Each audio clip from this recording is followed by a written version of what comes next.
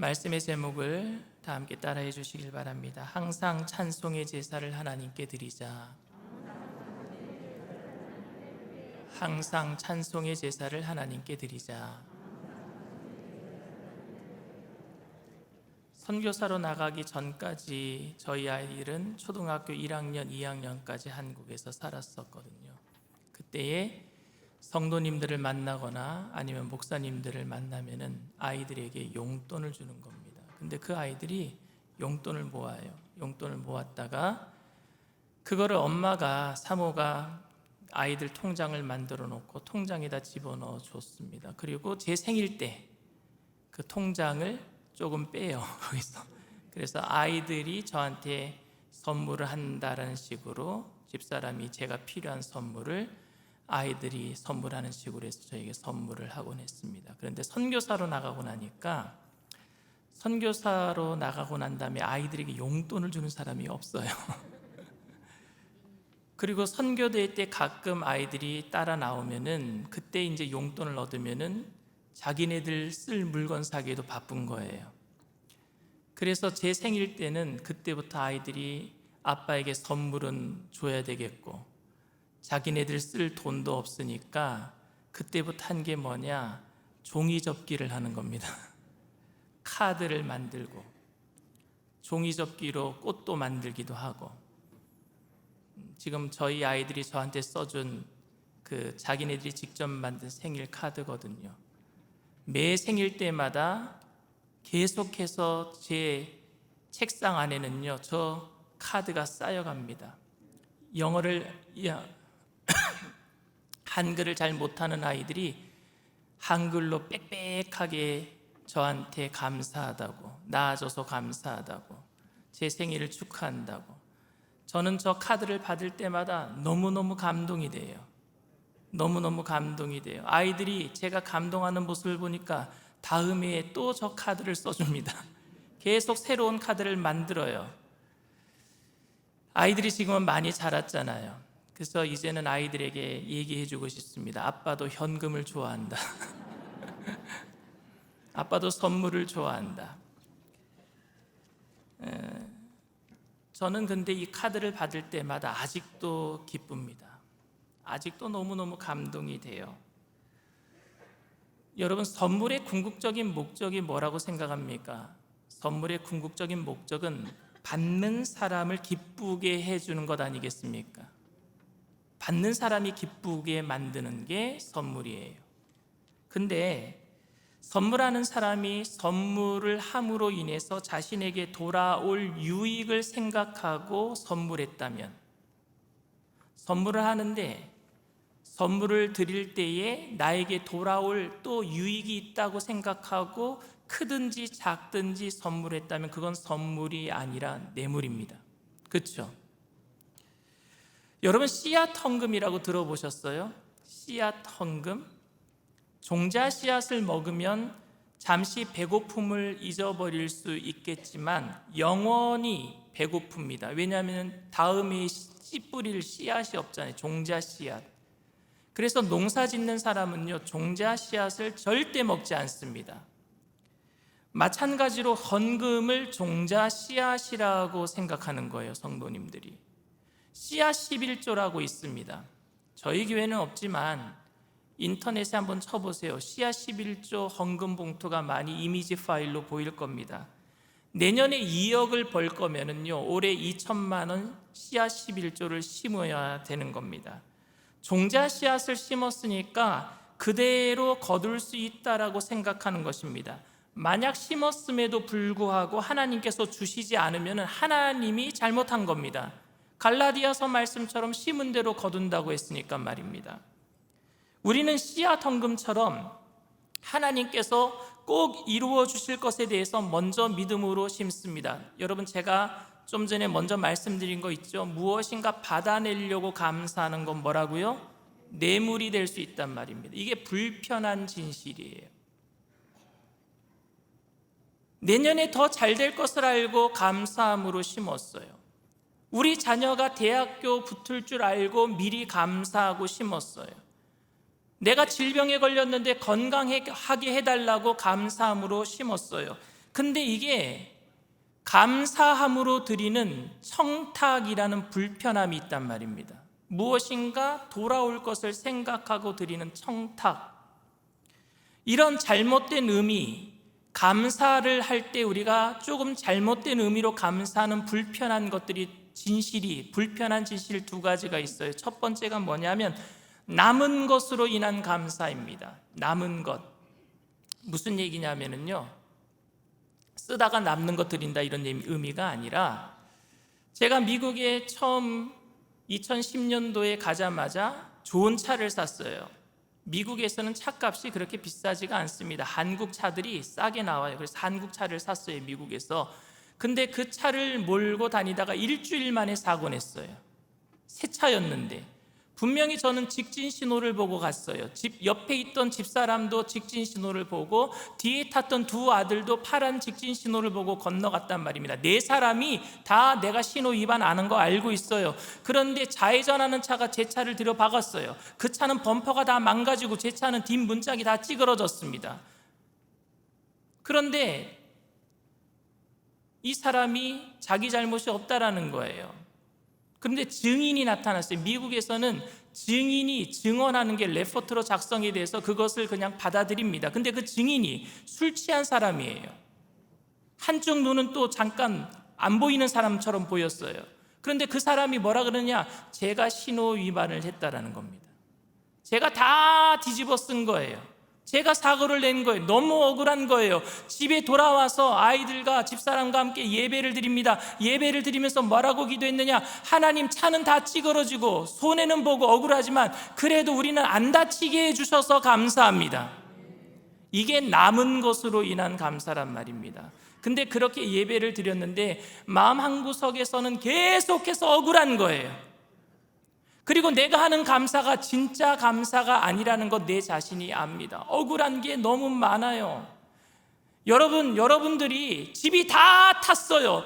그런데 우리는 목숨이라도 건졌으니까 감사합니다. 남은 것으로 감사하실 수 있겠습니까? 한번 그런 일들 당했을 때 하는 사람들 감사하는 게 진짜 힘들어요, 여러분. 제가 해보니까 쉬운 일이 아니란 말입니다.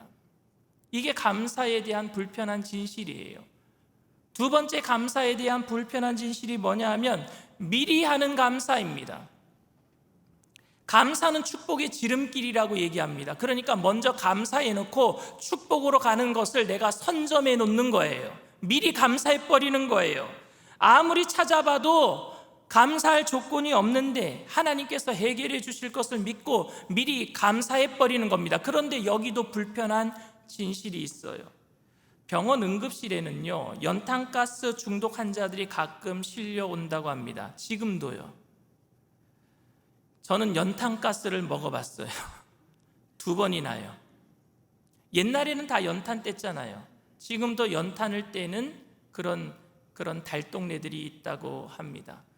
그런데 연탄가스를요, 조금 마시면 김치국물 마시고 그리고 정신 차리면 되는데 많이 마시면은요, 응급실로 실려가야 돼요. 응급실로 실려가면은요, 그 응급실에 뭐가 있느냐 하면은요, 고압 산소 치료기계가 있습니다.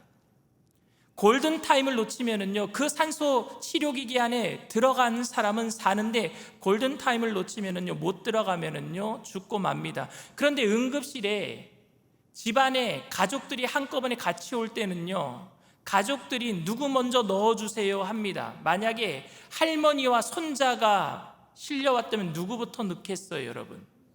예? 손자부터 살려야지요. 연세 드신 분들이 먼저 들어가는 것에 대해서 제가 찬성하기도 하겠지만 가족들은요, 무슨 생각을 하느냐? 아기부터 살려야 되겠다 이렇게 생각합니다. 그래서 가족들은 그걸 가지고 우선순위를 정할 거예요. 그럼 손자가 먼저 들어가면은요, 할머니는 늦게 들어갔다가 돌아가실 수도 있습니다. 문제는 가족이 아니라 남남이 같이 올 때예요. 어떤 일이 벌어졌느냐, 한국에서 어떤 젊은 아이 남녀 둘이 자살 사이트에서 만난 거예요. 그래서 여관에 가서 번개탄을 피워놓고 죽겠다라고 근데 발견했어요, 여관 주인이. 그래서 양쪽 집안에다 연락하고 응급실로 달려간 거예요. 양쪽 집안 사람들이 다 왔습니다. 둘이 지금 숨이 끊어져 가고 있어요. 그런데 서로 먼저 넣어달라고 아우성을 칩니다. 그때 병원 의사는요, 난감해요. 누구부터 넣겠습니까, 여러분? 누구부터요? 근데 양쪽 집안이 다 예수 믿는 집안이라는 거예요. 그리고 둘 다 기도합니다. 우리 아이가 먼저 들어가서 살게 될 줄 믿습니다. 전부 다 미리 감사했어요. 그런데 한 사람의 기도는 응답되고 한 사람의 기도는 응답되지 않았습니다. 한 사람만 살고 그 골든타임을 놓친 사람은 죽고 말았습니다. 어떤 사람은 기도 응답이 되고 어떤 사람은 기도 응답이 되지 않았어요. 미리 감사했는데 말입니다. 올 한 해에도 기도 응답이 된 사람도 있을 것이고 아무리 기도해도 응답되지 못한 사람들도 있을 것입니다. 미리 감사했는데 허망한 결과를 맞이한 사람들은 여러분 어떻게 해야 할까요? 우리 아이 살려달라고 하나님께 미리 감사한 그 부모는, 그런데 그 아이는 두 번째로 들어가서 골든타임을 놓치고 죽었는데 그 부모는 무엇을 감사해야 되겠습니까? 만약에 여러분 우리가 미리 감사했는데 미리 감사한 것대로 다 하나님께서 채워주셨다면요, 오늘 교회가 넘쳐날 거예요. 왜냐하면 세상 사람들이, 예수 믿는 사람들 하나님께 먼저 감사했더니 전부 다 복을 받다더라, 받는다더라, 받았다 이런 것을 간증하고 그런 사람들을 보면은 누가 교회에 안 오겠습니까? 확률적으로 예수님을 믿든지 예수님을 안 믿든지, 감사를 먼저 하든지 감사를 미리 안 하든지 확률적으로 똑같으니까 현재도 예수 믿으라고 하면은 너나 잘 믿으라 그러잖아요. 우리는 뭘 먼저 감사해야 되겠습니까? 여러분들이 미리 감사해도 앞으로 계속 힘든 일이 생긴다면 여러분들 어떡하시겠어요? 교회 떠나시겠어요? 응답 안 된다고? 2022년 한 해 동안 힘들게 살아온 여러분들에게 2023년도에는 하나님께서 모든 일을 합력해 선을 이루어 주실 것이라고 말을 해야 되는데, 사업이 형통할 것이라고 말을 해야 되는데, 자식들에게 좋은 진로가 열려져서 그래서 더 하나님께서 축복 주실 것이라고, 그리고 질병에서 고쳐 주실 것이라고 저는 말은 하고 싶은데 그렇게 되지 않는다면 저는 부도수표를 남발한 목사밖에 되지 않습니다. 어떻게 해야 될까요? 2023년도가 2022년도보다 더 어려워질 수도 있을 텐데 어떻게 해야 되겠습니까? 에이, 하나님이 그러실 수가 있겠습니까? 하나님이 얼마나 좋으신 하나님 아버지신데요, 그러실 리가 없지요. 분명히 좋아질 줄 믿습니다. 저도 그렇게 되기를 믿어요. 그렇게 되기를 바랍니다. 빈말이라도 저도 그렇게 해드리고 싶습니다. 그런데 제가 목회하면서 경험한 바에 의하면 연초에 기도 제목을 내신 성도님들의 기도 제목이 그 다음에 똑같이 올라온단 말입니다.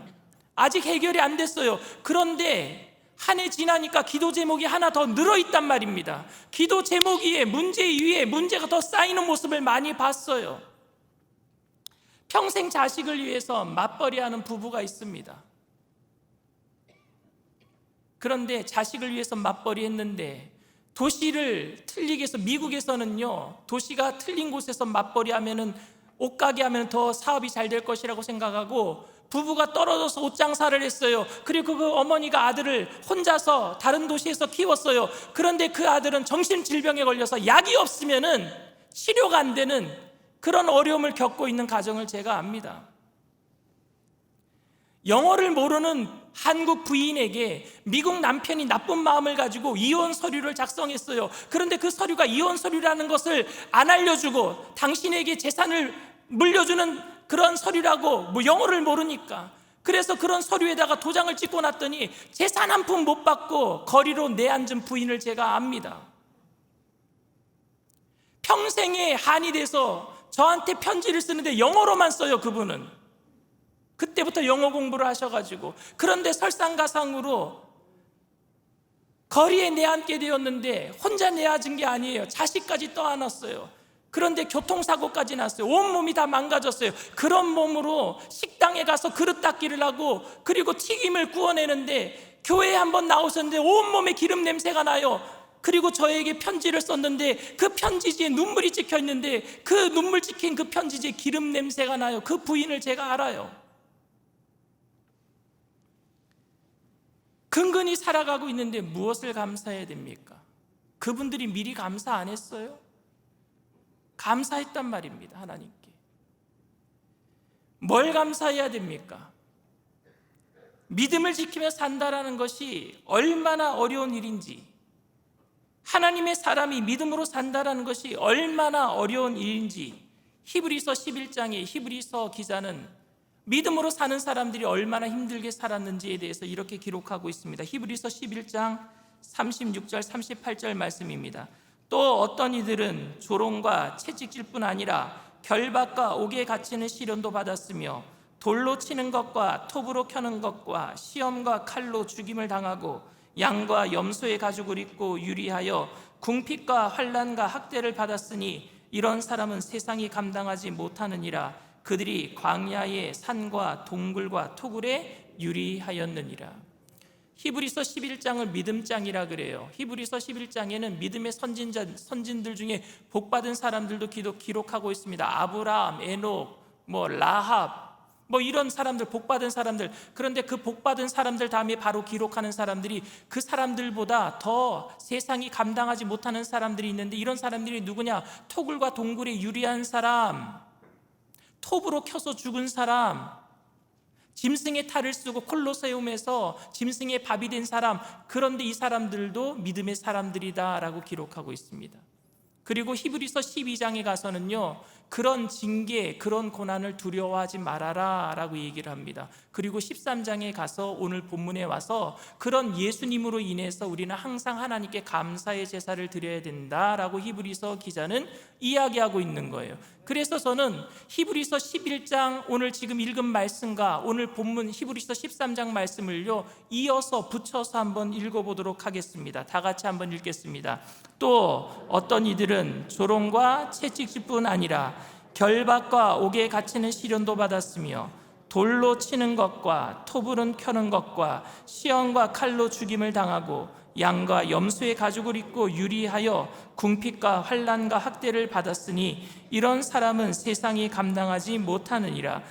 그들이 광야와 산과 동굴과 토굴에 유리하였느니라.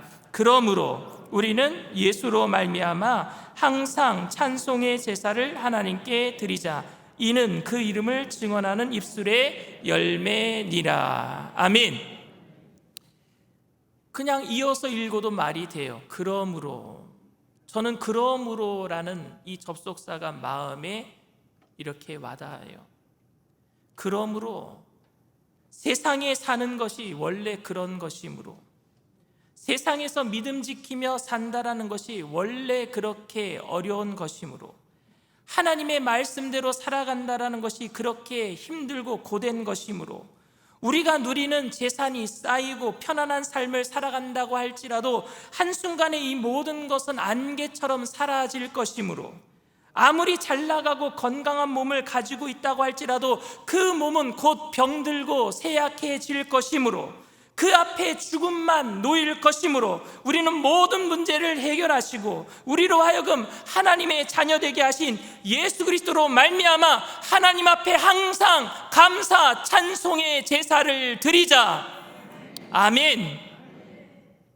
우리가 이 세상에서 살아가는 것이 궁극적인 목적이 아니라 우리는 저 천국에서 살게 되는 그 영원한 생명을 가지고 저 천국을 향해서 나가는 순례자의 길임을 잊지 말게 되기를 바랍니다.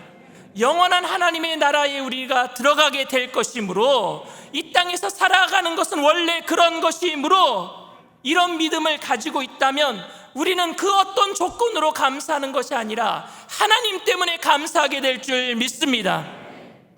저의 기도 제목은 작년보다는 올해 성도님들이 더 잘 되는 거예요. 그리고 올해보다는 내년에 우리 모든 성도님들이 더 건강해지고 자녀들이 복을 받고 형통한 삶을 살아가고 간 것입니다. 그러나 제가 그렇게 기도하더라도 우리가 놓치지 말아야 될 것은 하나님의 나라예요.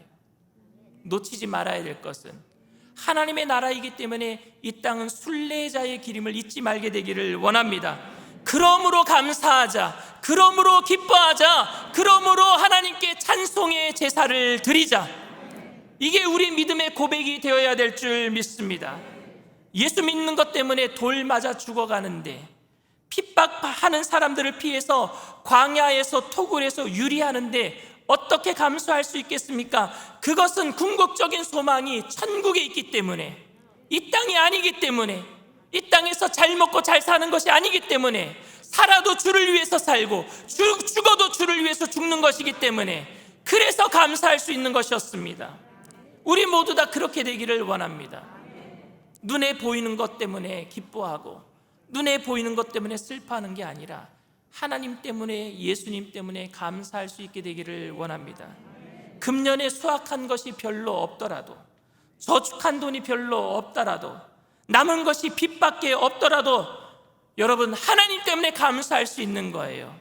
궁극적인 목적은 우리가 천국에 있기 때문에, 내년에 더 잘 될 것이기 때문에 감사하는 게 아니라, 내년에도 하나님이 우리와 함께 동행해 주시기 때문에 감사해야 될 줄 믿습니다. 추수감사절에 대한 오해가 있어요. 추수감사절이 어떻게 생긴 겁니까?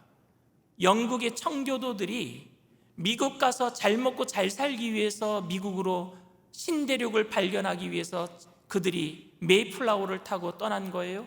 아니요. 그들은 하나님이 통치하는 나라, 신앙의 자유를 가지고 마음 놓고 예배드리기 위해서, 신앙의 자유를 따라서, 원래 영국에 남아있으면 더 잘 먹고 잘 살 수 있어요. 그런데 신앙의 자유를 찾아서 하나님께 예배드리기 위해서 메이플라워를 타고 떠나간 거예요. 그런데 메이플라워를 타고 떠나오면서 대서양을 건너면서 절반이 죽어요. 여러분, 엠파이어 스테이트 빌딩이 몇 층이에요? 102층이죠. 왜 102층인 줄 아십니까? 메이플라워를 타고 떠나온 사람이 102명이에요. 그거 기념하려고 그렇게 지은 거예요. 그런데 반이 죽어요. 배 타고 오다가 반이 죽어요. 그리고 절반이, 50명 정도 되는 사람이 이제 매사추세츠 거기에 처음 도착을 했는데, 도착했고 그해 겨울을 보내면서 또 반이 죽어요. 플리머치에서 또 반이 죽어요.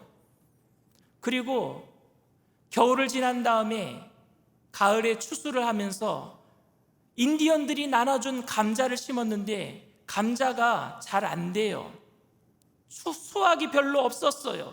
그래서 인디언들이 칠면조 고기를 가지고 온 거예요. 그래서 그 감자 옥수수 칠면조로 첫 번째 제물로 하나님께 드린 게 추수감사절 첫 번째 절기였었습니다. 감사할 게 없었어요. 감자가 많이 수확된 것도 아니고, 옥수수가 많이 수확된 것도 아니고, 칠면조가 맛있었던 것도 아니에요. 여러분, 칠면조 한번 먹어보십시오. 되게 맛없어요. 닭고기가 맛있습니다. 뭐가 감사했겠어요? 하나님의 임재가 감사했던 거예요. 자유롭게 예배드리면서 하나님을 만날 수 있었던 게 감사했던 것입니다. 그렇기 때문에 사도 바울은 오늘도 본문을 통해서 우리에게 이야기하고 있어요. 추수감사절 때 수확한 것이 적었지만 서로 나누었단 말입니다. 하나님께 예배드리고 서로 나누었어요. 그래서 오늘 본문 히브리서 13장 16절에 이렇게 얘기합니다. 오직 선을 행함과 서로 나누어 주기를 잊지 말라. 하나님은 이 같은 제사를 기뻐하시느니라. 아멘. 수확한 것이 많아서 나눈 것이 아니라 하나님 때문에 기뻐함으로, 있는 것으로 나눌 때에 하나님은 더 기뻐하실 줄 믿습니다.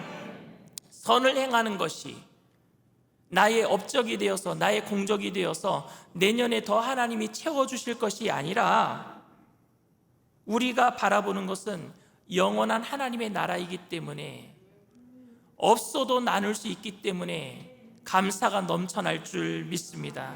그러니까 도울 수 있는 거예요. 있어서 돕는 게 아니라 없어도 하나님 나라가 나의 것이기 때문에, 택하신 족속, 왕같은 제사장, 거룩한 나라, 하나님의 소유된 백성이 되었기 때문에 이미 이 땅에 하나님 나라를 살아가고 있는 믿음의 사람들은 있는 것으로 나누게 될 줄 믿습니다. 여러분들이 드리는 헌금은 여러분들이 힘들고 어려울 때, 하나님께 드리기조차 힘들 때 드렸기 때문에 하나님께서 그 물질에 더 큰 복을 쏟아부어 주시는, 내가 미리 감사드리고 없는 것 가운데 드렸기 때문에 하나님께서 갚아주시는 것이 아니라, 그것이 종자 씨앗이 되는 것이 아니라 힘들고 어렵고 하루하루 힘들게 살아가고 있는 것, 그래서 헌금조차 드리는 것이 너무너무 힘들고 아까워도 망설이다가도 그래도 내가 이 땅에 사는 것이 목적이 아니라 하나님 나라가 내 삶의 목적이니까 그래서 드렸다면 하나님께서 기뻐 받아주시고 여러분들의 삶에 풍성한 은혜를 더하여 주실 줄 믿습니다. 가난해도 감사하고 병들어도 감사할 수 있습니다. 있으면 나눠주고 없어도 부끄럽지 않습니다. 왜냐하면 하나님 나라가 나에게 있기 때문에 그래요. 올 한 해가 무던히도 힘들고 어려웠던 사람들도, 올 한 해가 그 어떤 한 해보다도 대박이었던 사람들도 오늘 이 시간에 그 모두 다 항상 하나님께 찬송의 제사를 드릴 수 있는 것은 예수님 때문입니다. 예수님이 우리에게 생명을 주셨기 때문에 그 희망을 가지고 여러분 모든 삶에 있는 모든 것으로 함께 나누며 하나님의 영광에서 사시는 저와 여러분들 다 되시기를 주님의 이름으로 축원을 드립니다.